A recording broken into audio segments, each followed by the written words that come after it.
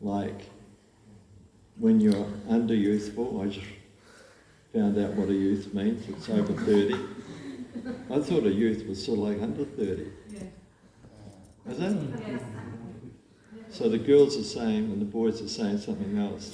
Anyhow, you can fight over that for generations. I can just go through my experience.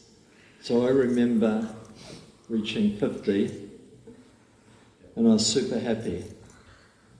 I was happy because I really got to know myself, even though I'd been through so many ups and downs, so many different things had happened. When I reached the age of 50, I began to realise and find peace with myself. And then when I got to 55, it got better. 60, it got 1,000 times better. 65, 1,000,000 times better. Geez, I'm really old, aren't I?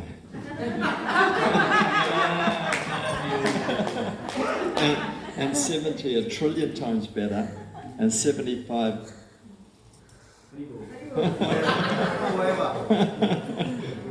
So in other words, I just find life's getting better and better and better because me knowing myself, my relationship with my Guru and my relationship with Krishna. So I'm giving that analogy because we're only 60 years old. So at the beginning, compared to you, you're old. Compared to the youth, you are ancient. You've got 7 years on me. You must be in ecstasy. So if you take a look at the beginning of our movement, I talk to my friends quite often, and I go, our beginning was incredible. What we went through to try and establish a society, we were stumbling in the darkness. I was telling Narsingh Kavach, in the first 9 months I had 8 temple presidents. And a temple president was someone who had been around 10 minutes before you. That was a senior devotee. Hey, I'm a senior devotee, prabhu. I joined 2.5 hours before you.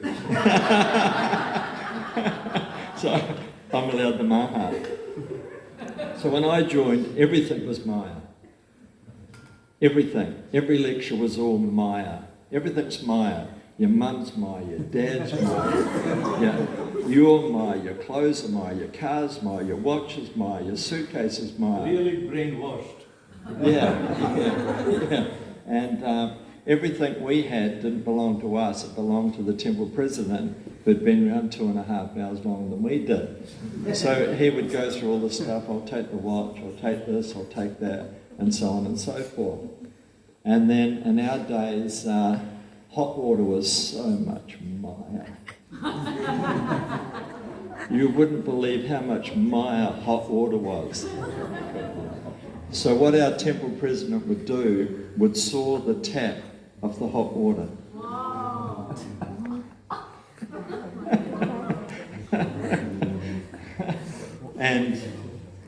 And I remember in Grubblehurst Road, there was only a few of us, but there was one Grihasta couple who lived in the shed.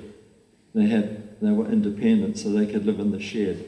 They didn't have to live in the temple with us. So in Grubblehurst Road, there was the temple room, and then there was the bathroom with the shower. So halfway through class, all the steam would come up. And we'd go, oh, the Grihasta's up.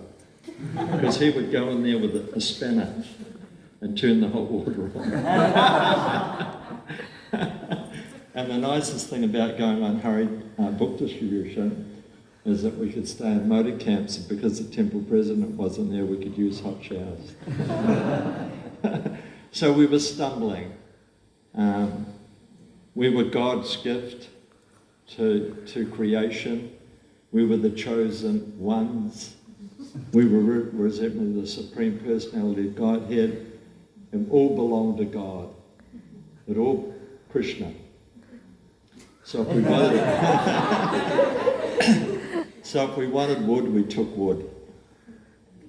A little pastime. So when we first got the farm, we had no money, so we needed wood to extend the temple. So we got our truck, We drove it to the wood shed. We loaded up the truck with wood, and the security came. So we ran home.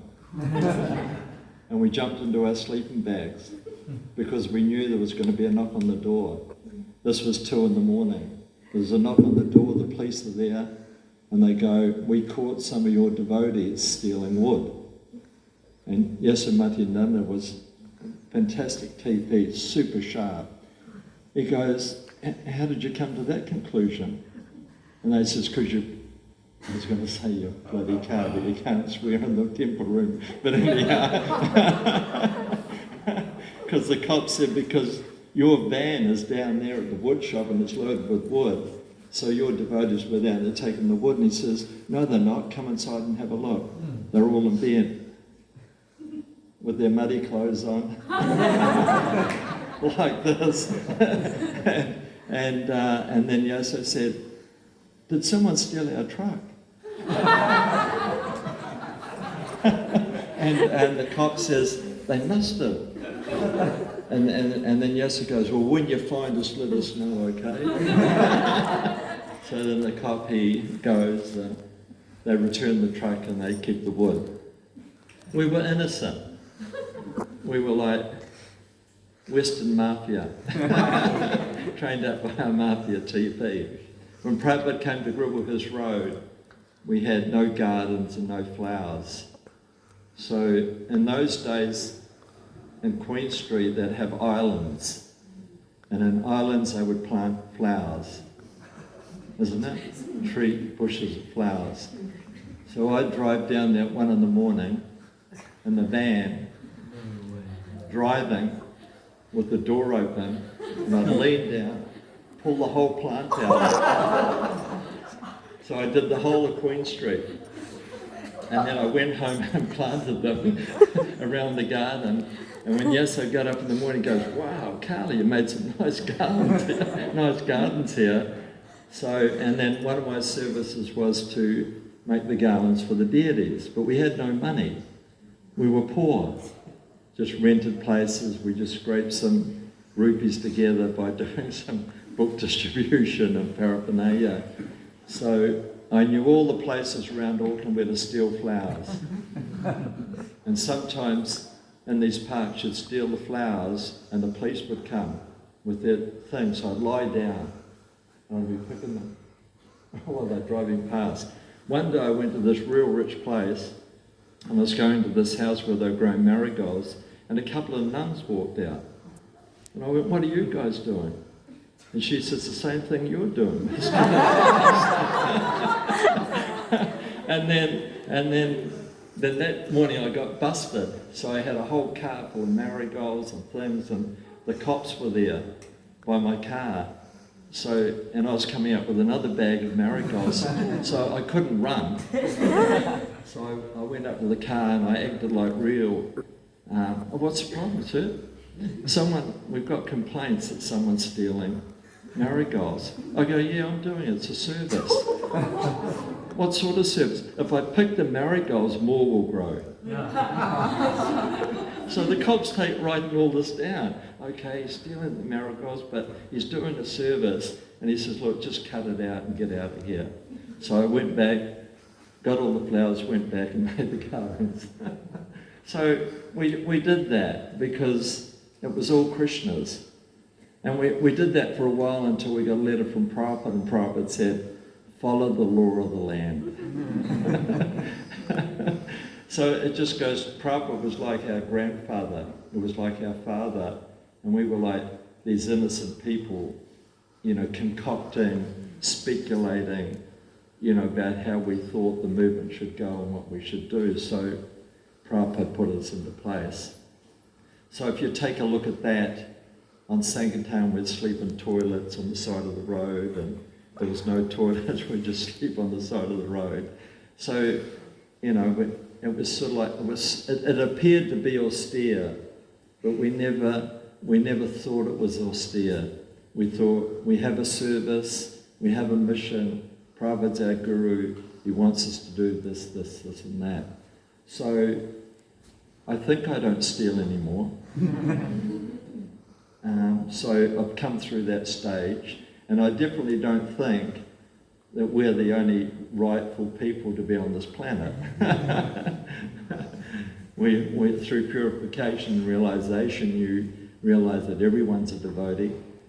They're just missing in time and space, and they just haven't got this incredible knowledge that we have. So our society is young, so we shouldn't think, and we hear this thing in the good old days. What was good about it? Really? We were like criminals. But we did things to establish the society. So what was happening there, you can't expect it to be happening now. So for you devotees, this is your good old days. So when the next generation comes and you're sitting here, right here, you can explain how we went to the island, how we blew up the guys' machines. And people go, no, did you really do that? Yeah, what are they called, those jet skis? And you'll be going, oh, we did this, and they'll go, no, did you really? Did you really? That's unbelievable. And then that generation will grow up, and then they'll tell their children, wow, you should have heard what our parents did. They blew up the jet skis, and they did this and did that, and so on and so forth. So these are much better days. These days are incredible days. It was good then, was good in the middle, and it's fantastic now. So Srila Prabhupada, we worship as the founder Acharya. Like some people say that Prabhupada's my guru. But guru means reciprocation. It's just like I can say Radharani's my guru, but has Radharani sent me a letter accepting me as her disciple? So some people, and why can't Bhakti Siddhanta be my guru? I like Guru Kishordas Babaji. I think I'm going to write him a letter and say I want to take initiation. So if he doesn't, so calm down. if he doesn't write back, there's no reciprocation. So Prabhupada establishes living guru, where there's a reciprocal. If you want to take Maharaj as your guru, you write him a letter, you chant his pranams, he accepts you, you accept him. I'm just getting rid of all the rippic stuff, okay? or we just install Lalita Vishaki and go, Lalita's my guru. Well, in the sense, the Ashtashakis are our gurus, but not in the sense that they're going to jump off the altar, you're going to have a dream tonight, and Lalita comes in your dream and your name is Devi Dasi. Even to the boys, they go, wow, you should have been in my dream last night. Lalita was there. What a dream it would be. So,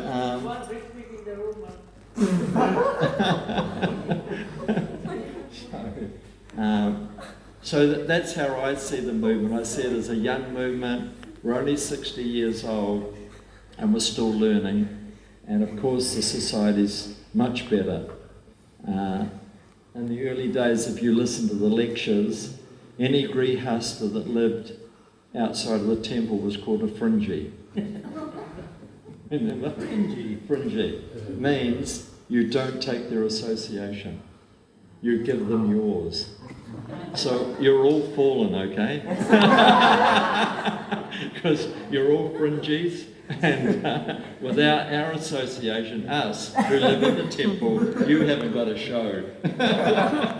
So they live on fringe benefits. Yeah, they live on fringe benefits. Yeah.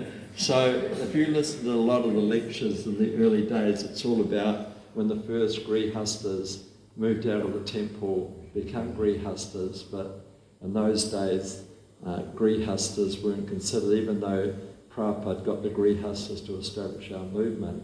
It wasn't. When I went to Melbourne and there was one temple president there, and before we went on Harinam, we would get together like in a rugby match. One person go, Brahmachari, Brahmachari, Brahmachari, Brahmachari, and then we'd go down the road. He ended up marrying 6 wives and had 20 kids. But anyhow, in the early days it was Brahmachari, Brahmachari, Brahmachari. And I think we all got married in the end, and all the end of that side was fringes. So, but now everyone lives outside, and our society is expanding. And it's a wonderful society, how it's expanding and accommodating everybody. It's so nice. So Prabhupada's the Acharya was incredible because, as Maharaj was saying, he planted the seed. So Prabhupada travelled and planted seeds. But the difference between Srila Prabhupada and, say, myself is that when he planted the seed manifested. And what was the manifestation of the seed? Was Vrindavan. So Prabhupada left Vrindavan and planted the seeds of Vrindavan in every city and every country he went to. Just like in Auckland we have Giridhari. The history behind Giridhari was that Tusta, who was the first group in Siddhaswarup to leave our society, known as the Haribols, he met Prabhupada in Vrindavan. He was part of the Hawaiian yoga group. Says to Prabhupada, I want to go to the islands and preach. Prabhupada says it's very nice, and Tusta said, I'd like to go to New Zealand. Prabhupada said, fantastic, go to New Zealand, I'll be there in a week. Even though Tusta hadn't even been here. So Tusta goes to Jaipur, and he goes to the dairy wallah shop, and he sees Giridhari. Who's been to Auckland? So Giridhari's a chubby boy. He's a Kiwi. Yeah. Isn't he? He likes, ghee and butter, chubby. And Radharani's quite sophisticated. So Tusta was walking around, he goes, I like this Krishna, but I don't like the Radharani. Who can say that? and the wallet says, no, this is the Krishna. The Radha goes with the Krishna, you take the pair. While he was saying that, Tusta was walking around and goes, I like this Radha. So I'm taking that Krishna with that Radha. And that's how we got the deities. And then Prabhupada came and installed Radha Giridhari. Isn't that cool? I mean, who does that? Well, he did and got away with it. So then he came here in 74, we went to Melbourne and opened the Melbourne Temple in 75 for Prabhupada. Who's been to the Melbourne Temple? You know that lotus in the middle? So when we opened that temple, in the old days they didn't just put grout in the middle, the whole floor was covered in grout. So, and this was all done because Prabhupada was arriving, and we were just getting the place together. There was about 10 of us that came from Auckland to help out our Aussie mates, because they're so mental. They act really tough, but underneath they're like little kittens. So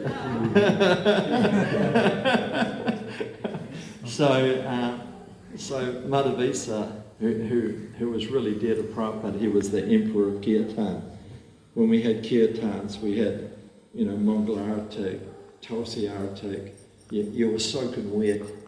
Everyone just had a dodi, no kurta. You were like soaking wet, and Madhavisa was like the emperor. Prabhupada called him a Kirtan. And then we'd have 7 o'clock Artik and 7 o'clock Tulsi Artik. And we'd have hot milk and bananas. Krishna book and take rest.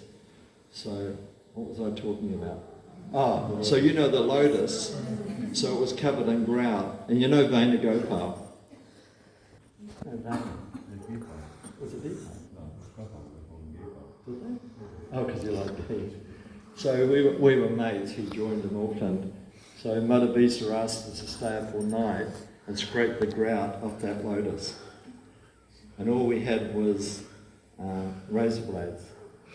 You know those razor blades from India? Yeah. So me and Vena's blood was covered in that lotus.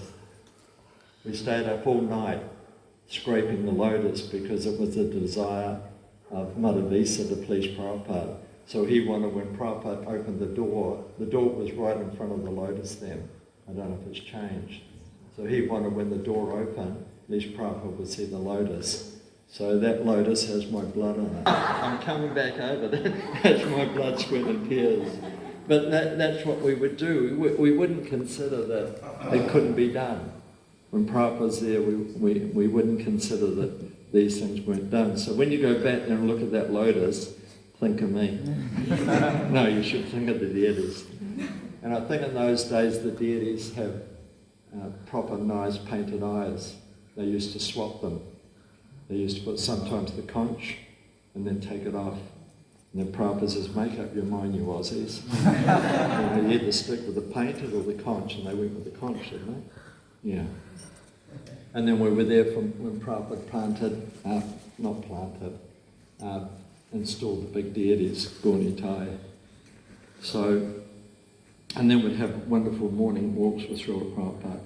So the thing is, he established the seed and Vrindavan manifested. It's like on the farm we have Gruda, we have a fantastic Jagannath exhibition where we have Jagannath's wheel, we have Jagannath's backdrop that they tie Jagannath to, we have the columns from Jagannath's cut and Jagannath Puri. And when I leave here tomorrow, there'll be a Kalia, because I'm just working out the box to fit him in. I'm going to ship him to Auckland. Don't tell anyone. Yeah.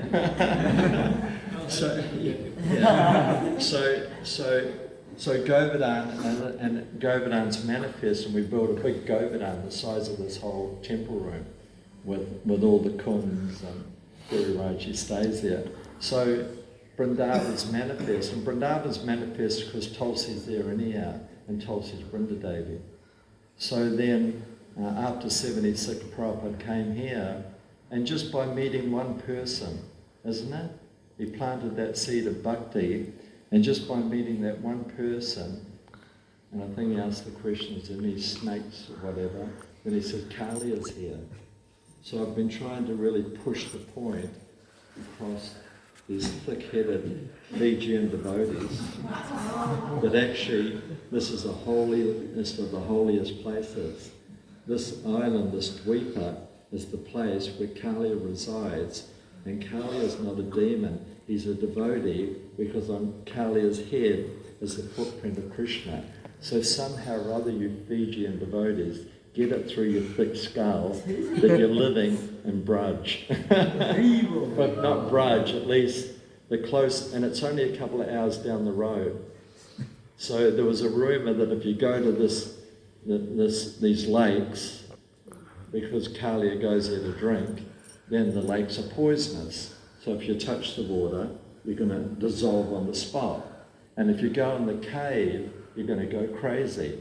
So this is the rumours that have been manifesting around Fiji for the last 300,000 or 400,000 years with the Iskcon devotees that come and go. So I took a group of Fijian devotees there, and we went in the caves, we bathed in the water, we drank the water. Then at the Sunday feast I got them to stand up and go, look, they're normal. They're still here, they didn't get dissolved. They're crazy anyhow. And they're not any more crazy than they were when they went in the caves. So just an hour or so out of Latoka is the place where Kalia seemingly resides. They've been worshipping their snake for the last 3,500 years. And it's only due to Christianity that they've actually stopped that worship. So as Fijian devotees, we should be in some sort of mindset to establish this holy place so far away from Vrindavan. Even Shastrically it's explained, and Indadurna Maharaj was giving a lecture that Kalia resides here. Prabhupada's saying Kalia resides here. So when you hear that, what do you think? What do you think? Kalia resides here. What? Kalia resides here. So why don't you do something about it? In other words, get rid of all, not this temple, but in Latoka, get rid of all the pictures, get rid of all the dioramas and everything, and establish it as a Kalia temple. And then have tour guides to Kalia Lake.